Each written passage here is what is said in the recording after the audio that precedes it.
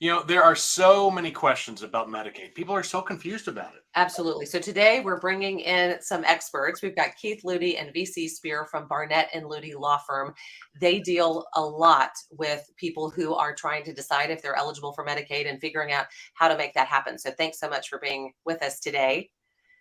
Let's Yep. just start with explaining Medicaid. Okay. I know that's a long conversation. Let's do the we'll think of how There's a lot of confusion about what it is. Right. Sure. Yeah. That's usually where we start. Our first question, people come in and they say, what's the difference between Medicaid and Medicare? Because they sound so much alike. Mm-hmm. And I tell them it's probably an oversimplified example, but Medicare is like a health insurance program that you become eligible for when you turn 65. You can become eligible, before that in some circumstances. But Medicaid is the tool that you use for long-term care, especially for our seniors who may be entering into like some type of a nursing facility, 24-hour care. So Medicaid is a program that's set up. It's funded 60% by the federal government, 40% by the state, and it is in place if you can qualify. That Medicaid will pick up a lot of the cost of what can eventually turn out to be in many cases fairly expensive long-term care for people. And I think it's also important to note as well that while you mentioned that Medicaid is partly funded by the government, it also runs a little bit differently by state. That's true. Because Medicaid is funded 60% by the federal government and 40% by the state, each state has their own take on Medicaid. So I know that your audience is spread out across the United States, and now we're based in Texas, so we're very familiar with Texas Medicaid.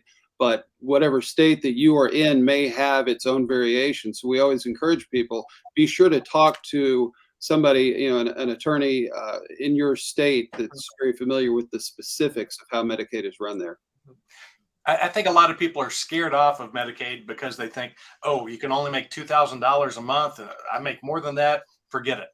But there are a lot of other things that can get you to qualify, correct? That's true, and the $2,000 a month is the $2,000 is thrown out around a lot.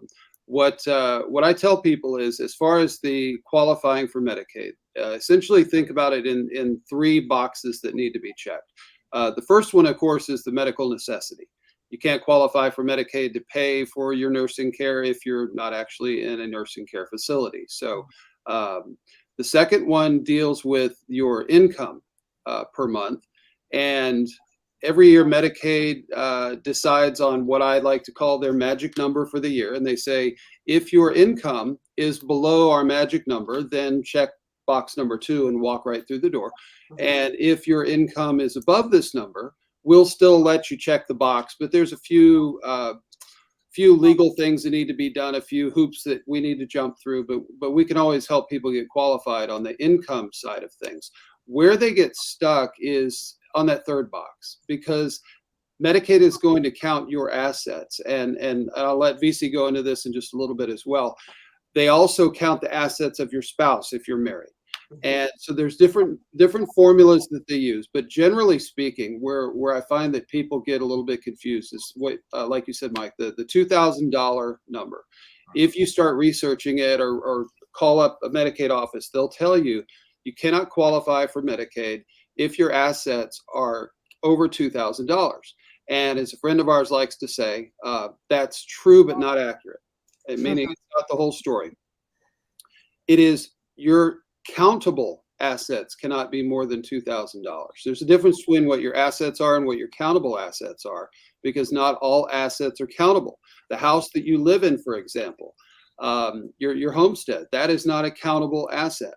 And there are also ways, if your countable assets are over $2,000, and honestly, most adults that I know have more than $2,000 in the bank, they might hear that and say, well, I don't qualify, and then kind of set Medicaid aside and miss a great opportunity, because there are ways that you can actually convert countable assets into non-countable assets under the Medicaid rules.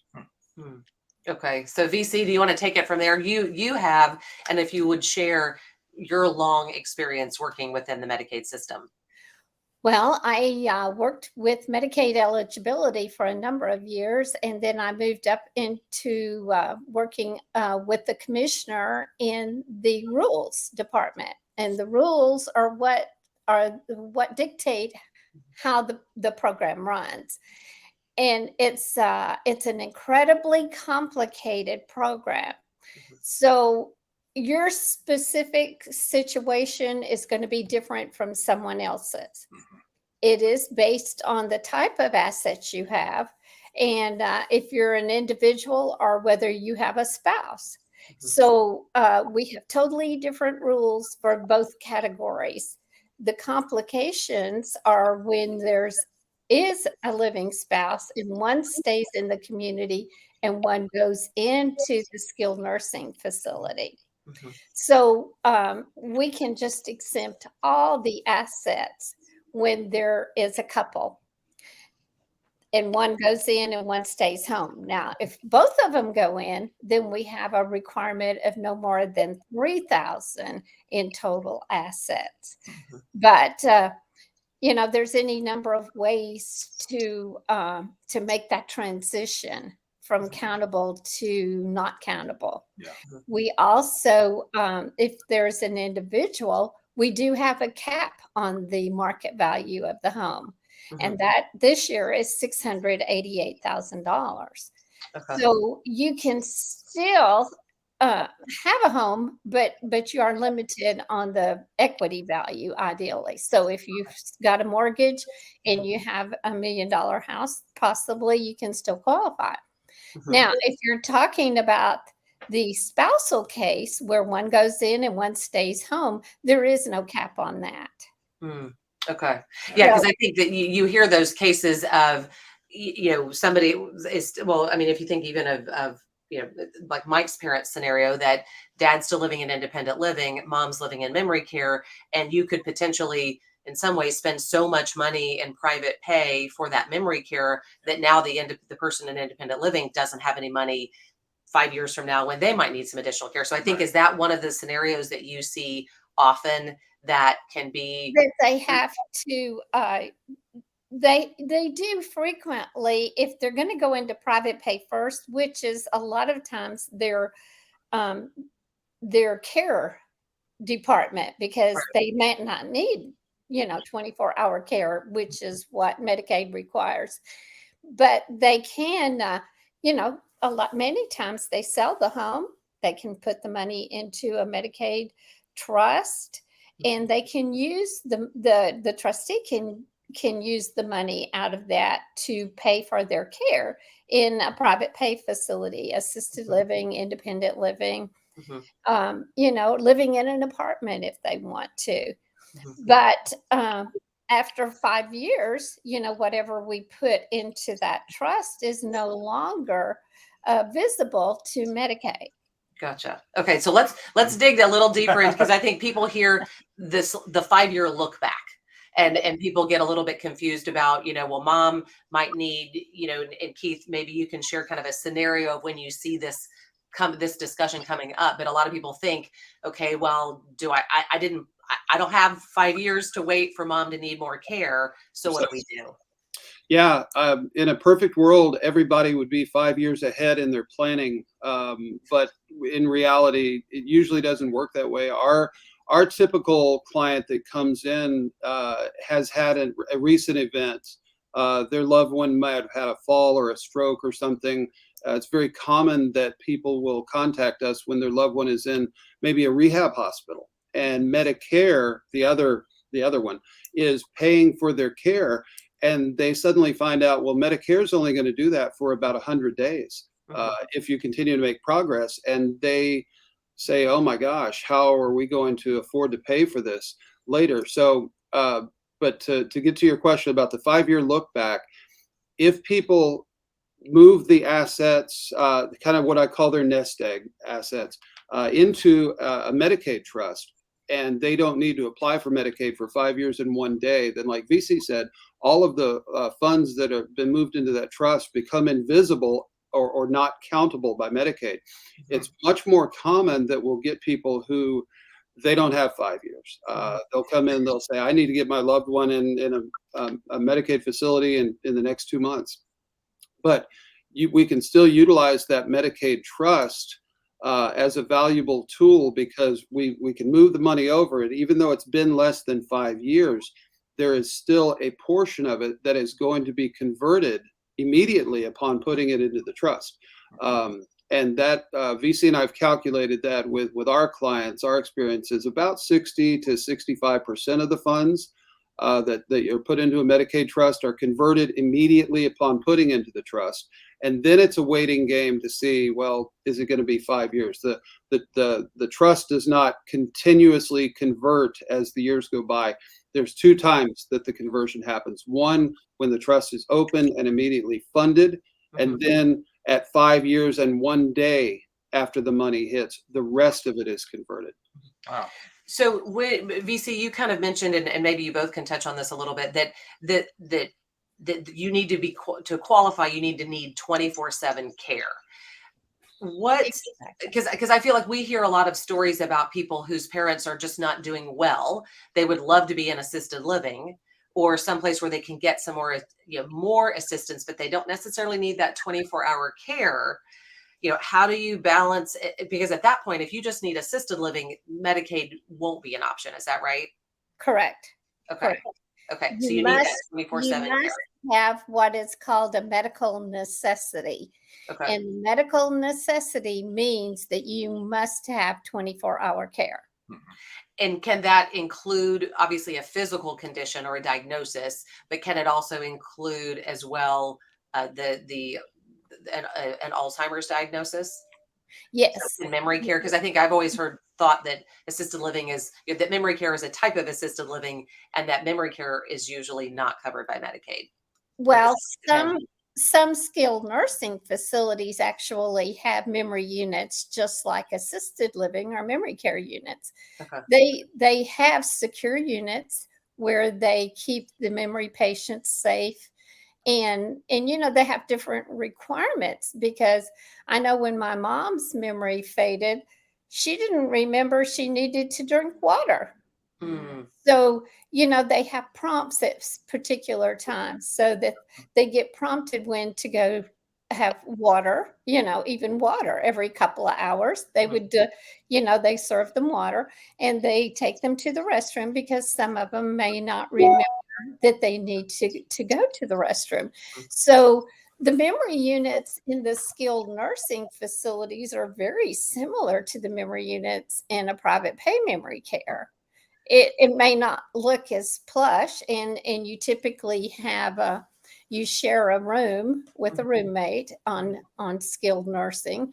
And Medicaid, some families just insist upon a private room. Well, the handbook does allow for the family to pay the difference. And depending on the facility, what that difference might be. And I was going to just ask real quick, who makes that diagnosis of needing 24/7 care? Does that have to come from a doctor, or who makes that determination? It may come from a doctor. They usually have staff that do those entries at each facility. Okay, they would make the evaluation. Yeah, the ones that typically do the Medicare evaluations, the MCD nurse, and they usually are the ones that also do the diagnoses and all for the Medicaid residents as well. Okay. I feel like there's so many people in our group who don't really need to worry about trusts. It's more of a case of mom and dad or dad, whoever it may be, whatever parent, they're doing bad. They need 24/7 care, but they can't afford it. So now they're living with us, and they feel like that they have no other option. But it sounds like they do have an option. Just how do they start the process? What do they need to do in whatever state that they may be to get to figure out, oh, well, can I get something from Medicaid for my parents? Yes. Typically, I don't know. Usually, the facilities have some knowledge of Medicaid rules. Unfortunately, they aren't maybe as experienced as they need to be, because it's such a broad array of rules. Mhm. And typically, though, they can, if there's a nursing facility nearby, stop by and see. And they can actually do an assessment for mom. If they're kind of saying, well, I need more medical records, then the doctor can send over his medical records, or he can actually send an order for them to, because of their medical records they must have 24-hour care. Hmm. But you And have to list the diagnoses and the medications and all, to back it up. we also hear words like you need to find out if a nursing facility has Medicaid beds. Yeah. Can we Yes. talk a little bit about that? And sometimes that are there communities that they are solely Medicaid, as well as there are some other communities that have some private pay and some Medicaid beds? And I've even heard that if you Yes. start as a private pay and then go on to Medicaid, that they keep you. So can we? I don't know if that's too complicated Yeah. to try to explain. No. Absolutely. Most facilities have what's called dually certified beds. That means you may go in on Medicare, but it's also certified for Medicaid. Mhm. So you can typically stay in that bed if it's dually certified. Mhm. There are some communities that have spin down beds, which means maybe you don't meet the financial requirements now, but you can spin that down privately paying over a year, or depending on the facility once more. Some say that you have to private pay for a year Mhm.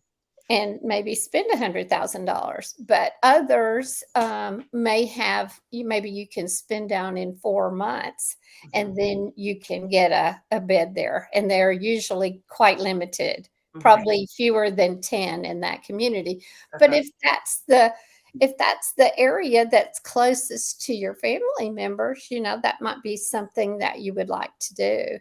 Okay. So Yeah. But I recommend having a place that's nearby your family members, so it's convenient for them to either visit you.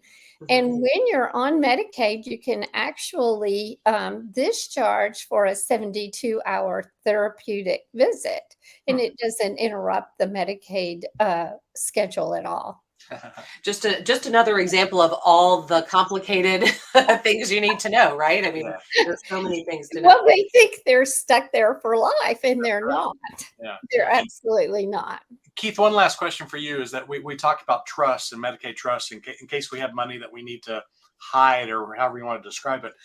I know we have to have an attorney to do that, but just to get into Medicaid, do we have to bother an attorney, use an attorney, or if we know, oh, mom, dad, they have no money, can I just apply and get them in without that? Yeah, first the word hide. It's not in our vocabulary. It's Okay. definitely not Yes. hiding. Medicaid is aware. Everything is above the table. Medicaid is always aware if you needed a trust and created a trust.